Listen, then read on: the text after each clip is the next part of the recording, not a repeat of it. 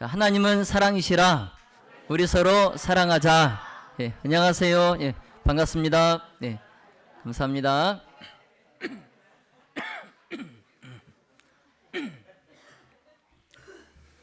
예, 오늘은 겟세마네에서 하신 예수님의 기도라는 제목으로 하나님의 말씀을 전하겠습니다. 겟세마네에서 하신 예수님의 기도. 예, 어제 우리는 겟세마네 동산에서 잠들어버린 제자들의 모습을 보았습니다. 깨어 기도하라. 깨어 기도하라. 이 주님의 간절한 부탁이 있었지만 이 제자들은 잠을 이기지 못했고 그 중요한 순간을 기도로 붙들지 못했습니다. 이처럼 기도해야 할 때 그 잠든 사람들, 그리고 영적으로 가장 치열해야 할 그 순간에 무너진 사람들, 그들의 모습이 어쩌면 2000년 전에 그 제자들만의 이야기가 아니라 오늘을 살아가고 있는 저와 여러분의 모습일지도 모릅니다. 그런데 어제 그 잠든 제자들 곁에서 홀로 깨어서 계셨던 한 분이 계십니다. 그 제자들은 현실의 피곤에 무너져서 잠들었지만 예수님은 홀로 무릎을 꿇으셨어요. 여러분, 자, 질문을 하나 드리겠습니다. 왜 예수님께서 다른 곳이 아니라 하필 겟세마네 동산에서 기도하셨을까요? 다른 장소도 아닌 왜 겟세마네 동산에서 기도하셨을까? 그냥 그것이 조용한 장소이기 때문에 예수님께서 그것을 택하셨을까요? 그냥 우연히 감람산에 가셨는데 그냥 우연찮게 그곳에 가셔서 기도를 하셨을까요? 아닙니다. 이 겟세마네는 매우 깊고도 심오한 영적 의미가 담겨 있어요. 오늘 우리가 본문의 말씀을 통해서 이 겟세마네에 담긴 그 심오한 영적 의미를 함께 살펴보려고 합니다. 그래서 저와 여러분이 그 뜻을 깊이 헤아려서 참 전 인류를 향한 예수님의 사랑과 희생이 얼마나 크고 놀라운지를 다시 한번 마음 깊이 새롭게 깨닫는 그런 은혜의 시간이 되기를 간절히 소망합니다. 오늘 이 말씀이 단순한 그냥 지식 전달이 아니라 우리의 가슴을 울리고 또 감사의 눈물을 흘리게 하는 살아계신 하나님의 말씀, 또 은혜의 시간이 되기를 예수님의 이름으로 간절히 기도합니다. 자, 이제 하나님의 말씀을 우리가 봉독하겠습니다. 자, 마태복음 26장 36절로 39절의 말씀을 함께 보겠습니다. 마태복음 26장 36절에서 39절의 말씀입니다. 이에 예수께서 제자들과 함께 겟세마네라 하는 곳에 이르러 제자들에게 이르시되 내가 저기 가서 기도할 동안에 너희는 여기 앉아 있으라 하시고 베드로와 세베대의 두 아들을 데리고 가실새에 고민하고 슬퍼하사 이에 말씀하시되 내 마음이 심히 고민하여 죽게 되었으니 너희는 여기 머물러 나와 함께 깨어 있으라 하시고 조금 나아가사 얼굴을 땅에 대시고 엎드려 기도하여 가라사대 내 아버지여 만일 할만하시거든 이 잔을 내게서 지나가게 하옵소서. 그러나 나의 원대로 마옵시고 아버지의 원대로 하옵소서. 아멘. 여러분, 겟세마네 기도는 예수님께서 십자가 죽음을 하루 앞두고 드리신 철학기도예요. 그리스도를 믿는 모든 이들에게 가장 큰 감동을 주는 기도입니다. 그래서 마태복음 26장 39절에 내 아버지요 만일 할만하시거든 이 잔을 내게서 지나가게 하옵소서. 그러나 나의 원대로 마옵시고 아버지의 원대로 하옵소서. 아멘. 사실 이 기도문 자체만으로도 우리의 마음은 아주 깊은 감명을 받습니다. 그 아버지 앞에 엎드린 그 아들의 그 절절한 호소, 그리고 끝내 순종을 선택하는 이 고백 속에는 이미 십자가의 무게가 담겨 있어요. 그러나 한 걸음 더 나아가면, 한 걸음 더 여기서 나아가면 이 겟세마네 기도의 그 공간이 주는, 즉 그 동산 자체에도, 겟세마네 동산 자체에도 아주 강력한 영적 암시와 메시지가 담겨 있습니다. 이 마태가 이 복음서를 기록할 때에 단순히 예수님의 기도 내용만 기록하지 않았어요.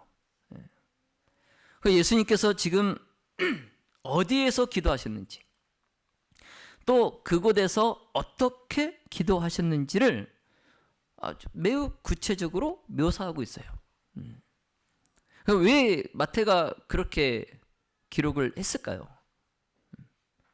왜 예수님께서 어디서 기도하시고 어떻게 기도를 하셨는지를 아주 상세하게 그렇게 기록을 했을까요? 마태가. 그 이유는 사람들이 자신의 이 복음서를 읽을 때 그냥 단순한 정보가 아니라 이 복음서를 읽는 사람들의 마음을 울리는 아주 강력한 은혜를 전하고자 했기 때문에 아주 구체적으로 상세히 기록해 놓은 것입니다.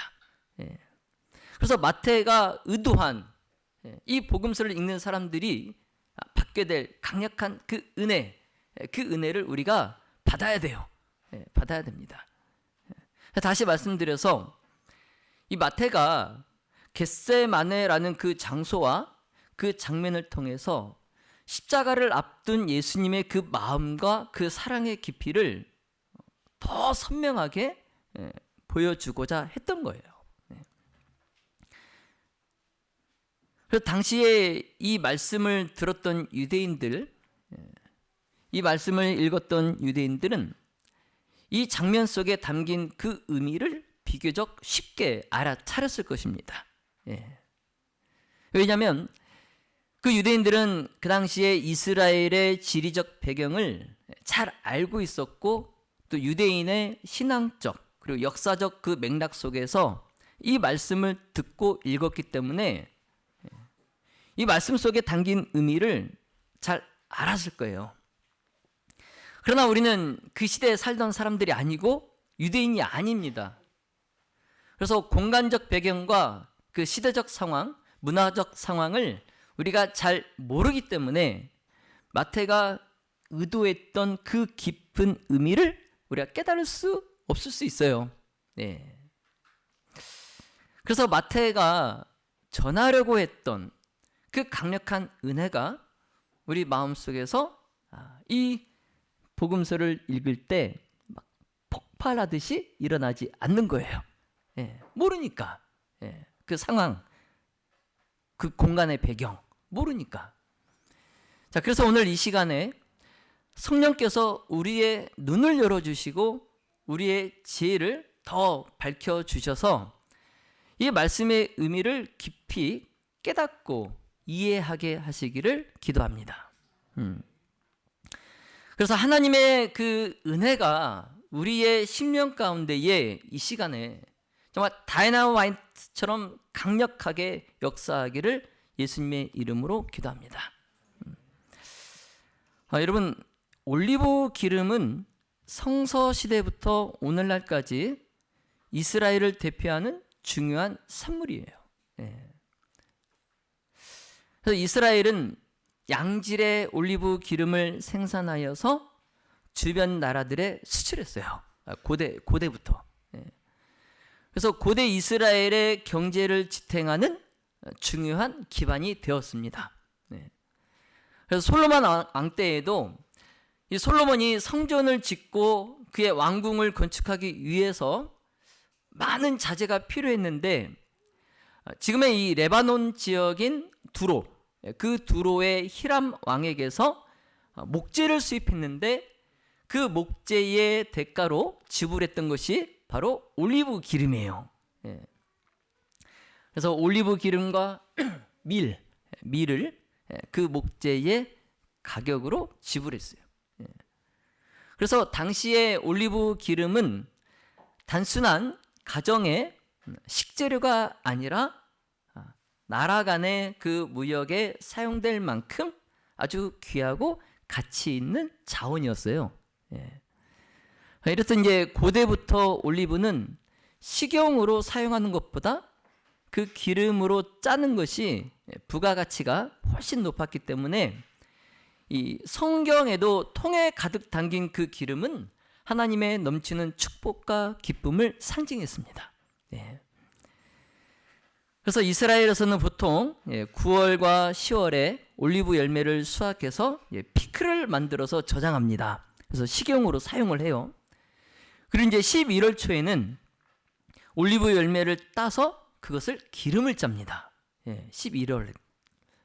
그래서 11월쯤 되면 이 녹색의 그 올리브 열매가 검은색으로 변하면서 그 열매 속에 기름이 가득 차게 돼요. 그래서 올리브 기름을 짜는 것은 크게 두 단계로 나뉩니다. 그러니까 하나는 이제 올리브 열매를 부숴요. 올리브 열매를 부숩니다. 그 다음에 이제 우리나라에서 참기름이나 들기름을 짜는 것과 같이 이제 비슷한데 그 부순 열매를 바구니에 담아요. 그 바구니에 담아서 무거운 무게추나 또 나사 등을 이용해서 기름을 짭니다. 그래서 이 그림에 보시면 그 바구니 이렇게 포개놨죠? 그 바구니에 이제 부서진 올리브 열매가 담아 있어요. 그럼 이제 여기 통나무 끝에 무거운 무게추를 달아서 기름을 짭니다. 눌러서.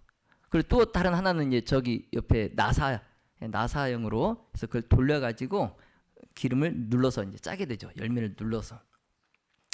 여러분 깨를 가지고 방앗간에 가서 기름을 짜보신 적 있으세요? 그 방앗간에 가서 보면 무거운 그 쇳덩이를 얹어서 꽉 눌러서 짜잖아요. 그쵸? 근데 우리처럼 이스라엘 남부 지방에서도 올리브 기름을 짤 때 이 무거운 무게추를 사용했어요. 이제 이스라엘의 북부 지방에서는 저 끝에 그림처럼 나사 방식을 주로 사용했습니다. 그래서 부순 열매를 바구니에 넣고 무거운 돌이나 이제 압착하는 나사 장치로 강하게 누르면 그 올리브 열매가 눌리고 막 터지면서 막 짓눌릴 때 그 안에 있던 기름이 흘러나오는 거죠. 바로 그 올리브를 압착하여서 기름을 짜는 장소, 그 장소를 히브리어로 겟세마네라고 부릅니다. 그러니까 이제 겟세마네, 이 겟세마네는 기름 짜는 틀, 압착하는 장소라는 뜻이에요. 여러분 겟세마네가 무슨 뜻이라고요? 기름 짜는 틀, 압착하는 장소, 이게 겟세마네예요. 겟세마네. 그래서 이스라엘에서 이제 올리브를 모두 4번을 짭니다. 4번. 이제 각각 그 사용 용도가 달라요. 그리고 각 단계마다 무게추에 올리는 이 돌의 무게도 달라집니다. 그래서 가장 먼저 이제 첫 번째 올리브 기름을 짤 때 그때는 가장 가벼운 무게추를 사용해요. 가장 가벼운 돌을 사용합니다. 아유 감사합니다. 감사합니다.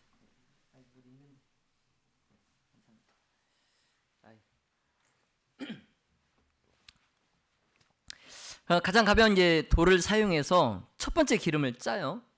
근데 그 기름은 성전에 바치는 거룩한 기름으로 사용합니다. 그래서 이 기름으로 성전에 촛대인 메노라를 밝혀요. 그래서 저 7 촛대 있죠?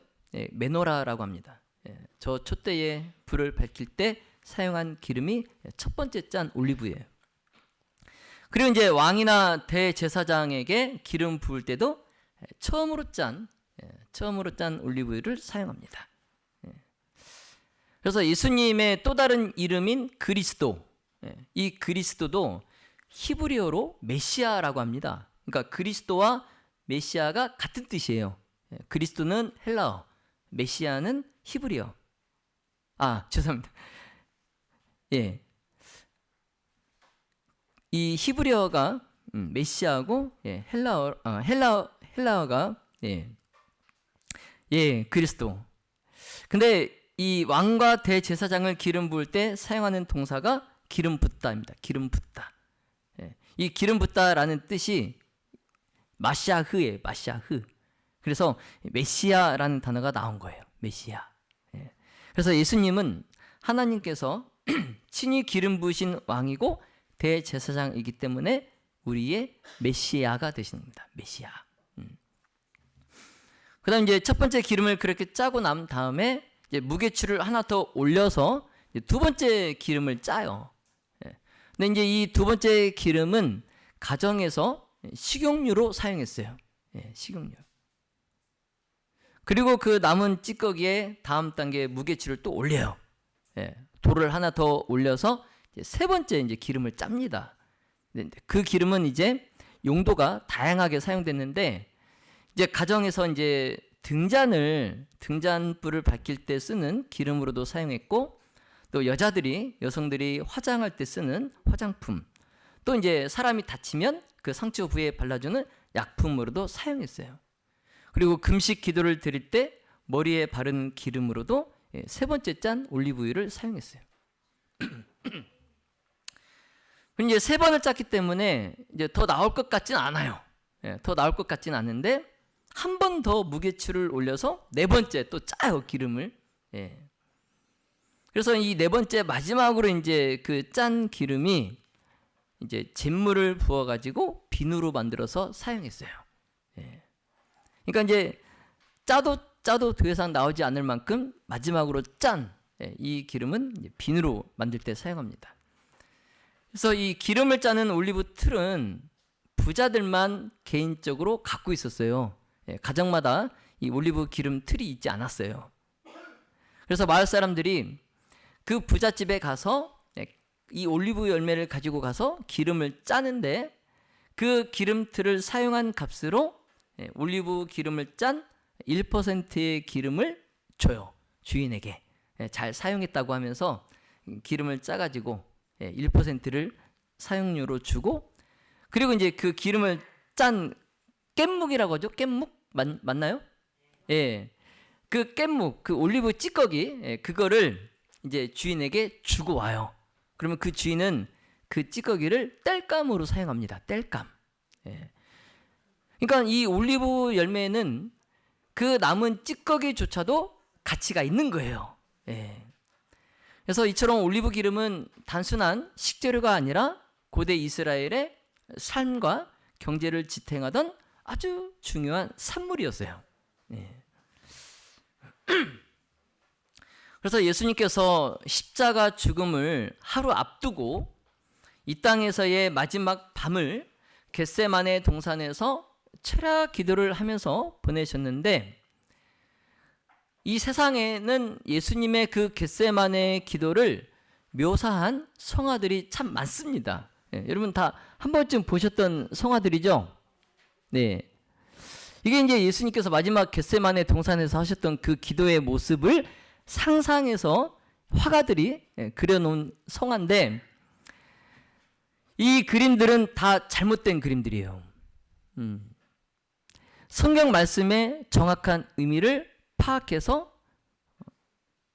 사실을 묘사하지 않은 그림이에요. 이 마태가 기록한 이 성경 말씀을 정확히 그 의미를 파악해서 예수님의 겟세마네에 기도하는 모습을 그리면 이렇게 그릴 수가 없어요.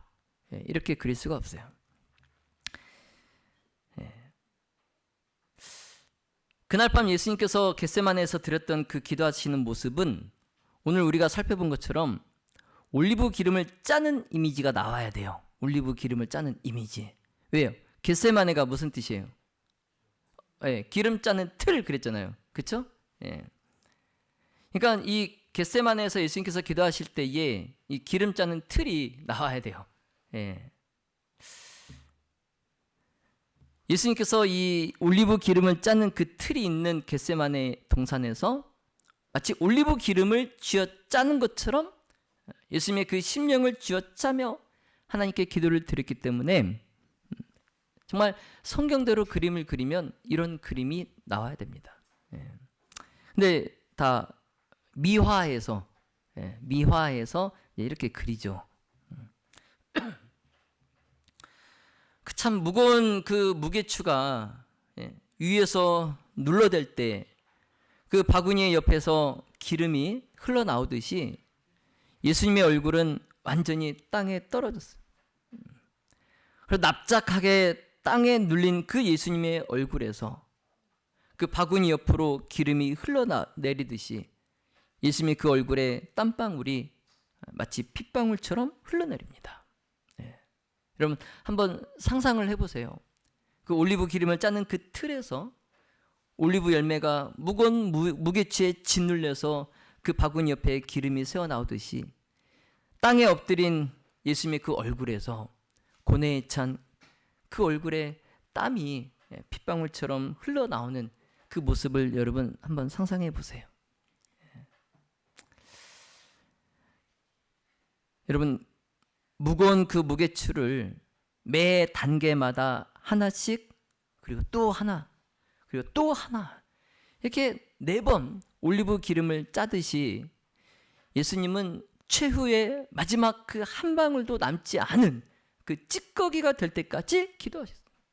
찌꺼기가 될 때까지.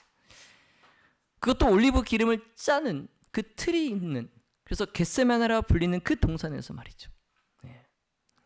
엘렌 화이트는 이 장면을 이렇게 기록하고 있습니다. 이제 그분의 걸음은 단 한 걸음도 괴롭고 힘이 들었다. 마치 무거운 짐에 눌려서 고통당하는 것처럼 예수께서는 큰 소리로 신음하셨다. 예수께서는 조금 나아가사 땅바닥에 엎드리셨다. 그분은 죄로 말미암아 아버지에게서 분리되었다는 것을 느꼈다. 인간으로서 그분은 인간의 죄악의 결과를 감당해야만 하였다. 사람들의 죄악이 그리스도를 무겁게 억눌렀으며 그분의 생명은 파쇄되고 있었다. 두 번째 기도하러 가실 때 마음의 고민으로 인해 땀이 땅에 떨어지는 핏방울같이 되었다. 잎이 무성한 가지들에서 진한 이슬이 내려 고통하시는 예수 그리스도 위에 떨어지는 모습은 창조주께서 홀로 악의 세력과 더불어 싸우시는 것을 보고 대자연이 우는 것과 같았다.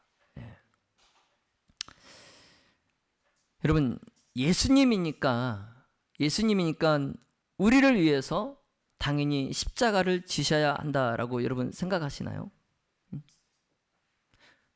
예수님이니까 당연히 그냥 우리를 위해서 십자가를 지셔야 된다. 여러분 이렇게 생각하십니까? 뭐 구속의 경륜이기 때문에 이 지구를 창조하시기 이미 그 전부터 세워놓으신 구속의 계획이기 때문에 어쩔 수 없는 것 아니냐 이렇게 생각하시나요? 아니죠. 예수님께서는 겟세마네 동산에서 지금이라도 범죄한 인류가 마셔야 할 그 잔을 지나가게 하실 수 있었어요. 그 잔을 거절하실 수 있었어요. 그래서 그 이마에서 흐르는 그 피땀을 이렇게 그냥 씻어버리고 죄 가운데 인류가 멸망하도록 그냥 버려두고 그 겟세마네를 떠나가실 수도 있었습니다. 우리가 이제 생각하기를 그는 징벌을 받아서 하나님에게 맞으며 고난을 당한다 합니다. 그 당시 이스라엘의 유대 사람들이 이렇게 생각을 했어요. 이 나사렛 예수라는 사람은 하나님께 징벌을 받아서 하나님께 맞으며 고난을 당하는 것이다, 이렇게 생각을 했어요. 그러나 예수님께서는 범죄자로 하여금 그의 죄의 형벌을 받게 하라. 네 죄는 네가 감당하라. 그리고 나는 내 아버지께로 돌아가겠다, 이렇게 말씀하실 수도 있어요. 그렇죠? 그 십자가를 지시는 예수님께 너는 네가 징벌을 하나님께 받아서 하나님께 맞으며 지금 십자가의 고난을 당하는 것이야, 이렇게 말하는 사람들에게 그래 좋아, 그러면 너희들의 죄를 너네가 감당해라. 나는 그냥 내가 원래 있던 곳 내 아버지께로 돌아가겠다, 그렇게 하실 수 있었어요. 그런데 왜 하나님께서 우리 때문에 죽으셔야 했을까요? 왜 그 십자가의 고난을 예수님께서 담당하셔야만 했을까요? 여러분, 과연 하나님의 아들이 멸시와 고통의 그 쓴 잔을 마실 것인가? 무죄한 그분이 죄인을 구원하기 위하여 우리의 질고를 지시고 죄의 저주의 결과를 맛볼 것인가? 이 인류의 운명이 달린 아주 절체절명의 밤이었어요. 아주 온 세계가, 온 우주가 예수님의 선택을 지켜보고 있어요. 과연 예수님께서 저 고통의 쓴 잔을 마실 것인가? 그 겟세마네 밤이 그렇게 깊어갑니다. 그 밤이. 여러분, 예수님께서 어떤 결정을 내리셨을까요? 예수님께서 어떤 결정을 내리셨을까? 엘렌 화이트는 이렇게 기록하고 있어요. 자, 그러나 결정의 순간 예수님의 창백한 입술에서는 내 아버지여, 만일 내가 마시지 않고는 이 잔이 내게서 지나갈 수 없거든 아버지의 원대로 되기를 원하나이다. 이 말씀이 흘러나왔다. 예수님께서는 세 번이나 그 기도를 드리셨다. 인성이 마지막 더할 나위 없는 희생으로부터 세 번 움츠려 드셨다. 인간의 영혼을 위해 지불할 값을 깊이 생각하시는 예수님을 보라. 고통 중에 마치 그분은 하나님에게서 더 멀리 떨어지지 않으시려는 것처럼 차디찬 땅바닥에 엎드리셨다. 찬밤 이슬이 예수님의 극도로 지친 몸 위에 내리나 그분은 그것을 개의치 않으셨다. 그분의 창백한 입술에서는 내 아버지여, 만일 하실만 하시거든 이 잔을 내게서 지나가게 하옵소서라는 고통의 부르짖음이 새어나왔다. 그러나 지금도 여전히 그분은 그러나 나의 원대로 마옵시고 아버지의 원대로 하옵소서라고 덧붙이셨다. 그날 밤 겟세마네 동산에서 이스라엘의 죄와 또 제자들의 배반, 그리고 온 세상의 인류의 죄가 한꺼번에 예수님 위에 얹어졌어요. 올리브 기름을 짜기 위해서 준비해 놓은 그 무거운 무게돌, 그 무게추를 다 사용해서 온 인류의 죄가 예수님 위에 얹어집니다. 그 인류의 죄가 예수님을 짓누르고, 그리고 죄에 대해 나타나는 하나님의 그 거룩한 진노, 그것을 깊이 의식하시면서 예수님의 영혼은 마치 산산이 부서지는 것과 같은 극심한 고통 속에 놓여 있었어요. 마치 올리브유를 짜기 위해서 올리브 열매를 맷돌을 돌려서 부순 것처럼 예수님의 영혼이 산산이 부서집니다. 그 부서진 영혼 위에 온 인류의 죄가 짓눌러서 예수님을 고통스럽게 합니다. 눌리고 눌려서 더 이상 한 방울도 나을 것 없는 그 올리브 기름처럼 세 번째 기도를 드리신 그 예수님의 모습을 누가가 자기의 복음서에 이렇게 기록합니다. 땀이 땅에 떨어지는 핏방울 같이 되더라. 땀이, 이마에 흐르는 땀이 땅에 떨어지는 핏방울 같이 되더라. 예수님의 얼굴에 극심한 고통으로 인해서 피와 땀이 뒤섞여서 흘러내리는 거예요. 어제도 말씀드린 것처럼 사람이 극도로 스트레스를 받으면 모세혈관이 터진다고 그래요. 근데 예수님 그날 밤에 그 극심한 고통으로 인해서 얼굴에 있는 모세혈관이 다 터진. 그래서 그 피가 땀과 뒤섞여서 흘러내리는 거예요. 그 피로 얼룩진 그 얼굴을 본 제자들이 두려움과 공포에 사로잡혀요.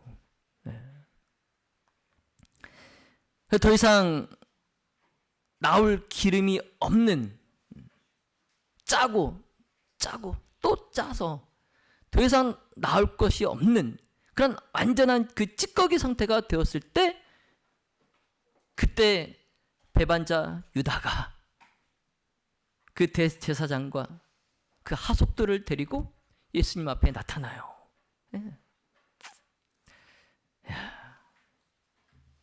예수님은 결국 골고다 언덕의 십자가로 향하는 그 최후의 장정을 마치십니다. 그때 예수님의 몸 상태는 다 짜고 남은 그 올리브 찌꺼기와 같았어요.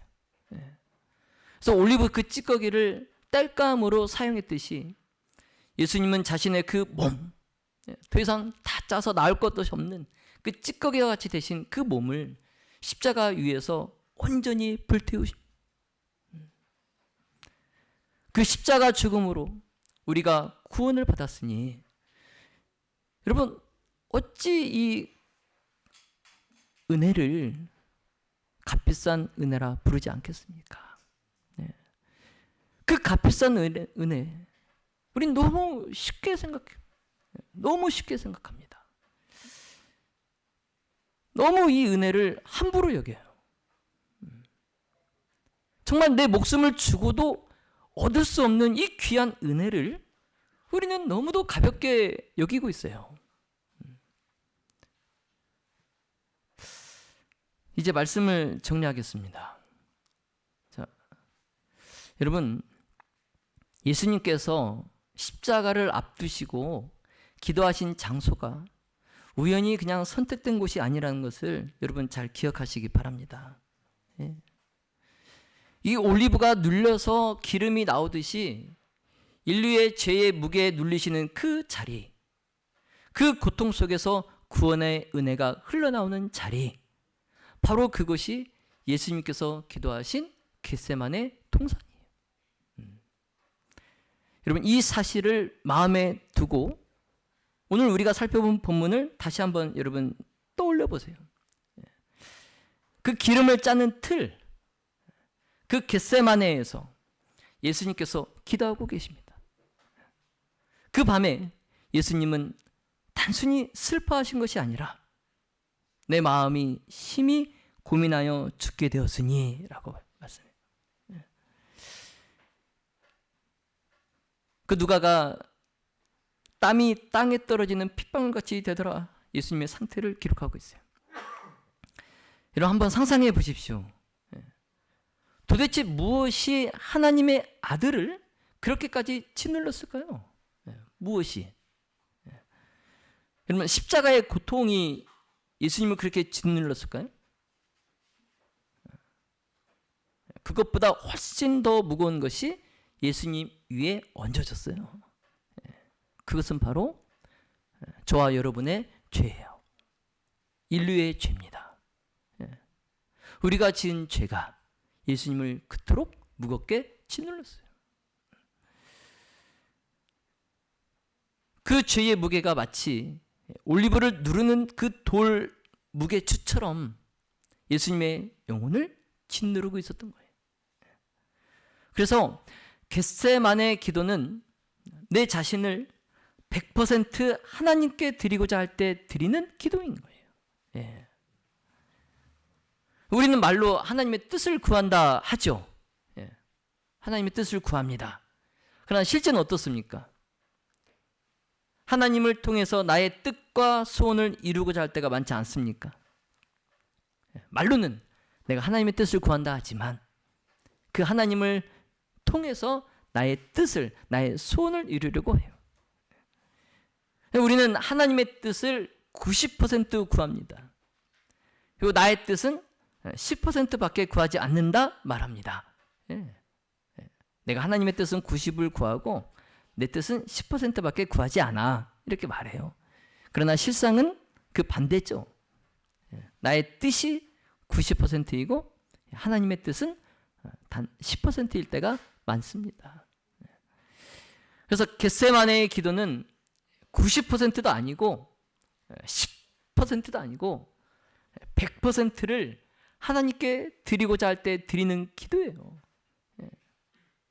내 100%를 온전히 하나님께 드리고자 할 때 드리는 기도가 겟세마네의 기도예요. 예수님께서 마지막 그 찌꺼기까지 십자가 위에서 불사르신 것처럼 우리는 마지막 남은 내 1%의 내 뜻마저도 짜고 또 짜서 버려야 돼요. 버려야 됩니다. 그래서 하나님의 뜻과 소원을 내가 100% 이루고자 기도를 해야 돼요. 예수님처럼. 여러분, 예수님은 그렇게 기도하셨어요. 그렇게 기도하셨어요. 여러분, 예수님의 그 기도가 얼마나 열렬했습니까? 비록 하나님의 아들이신 분이 그렇게 기도하셨는데 여러분, 우리는 어떻게 기도해야 될까요? 자, 믿음의 모든 가족 여러분, 오늘 저는 우리의 마음이 이 세상의 걱정으로 눌려있기 때문에 하나님과 그분의 말씀이 등한히 여김을 받고 있는 것을 봅니다. 그러나 여러분, 이제는 우리가 깨어 기도할 때예요. 깨어 기도할 때입니다. 우리의 마음이 세상의 걱정이 아닌 내 죄의 무게로 내가 눌려서 예수님처럼 최후의 승리를 위해서 겟세마네 동산에서 올리브 기름을 짜듯 아주 철저하고 치열한 그러한 영적 전투를 치르시는 우리 모든 가족들이 다 되시기를 예수님의 이름으로 축원하며 말씀을 마치겠습니다.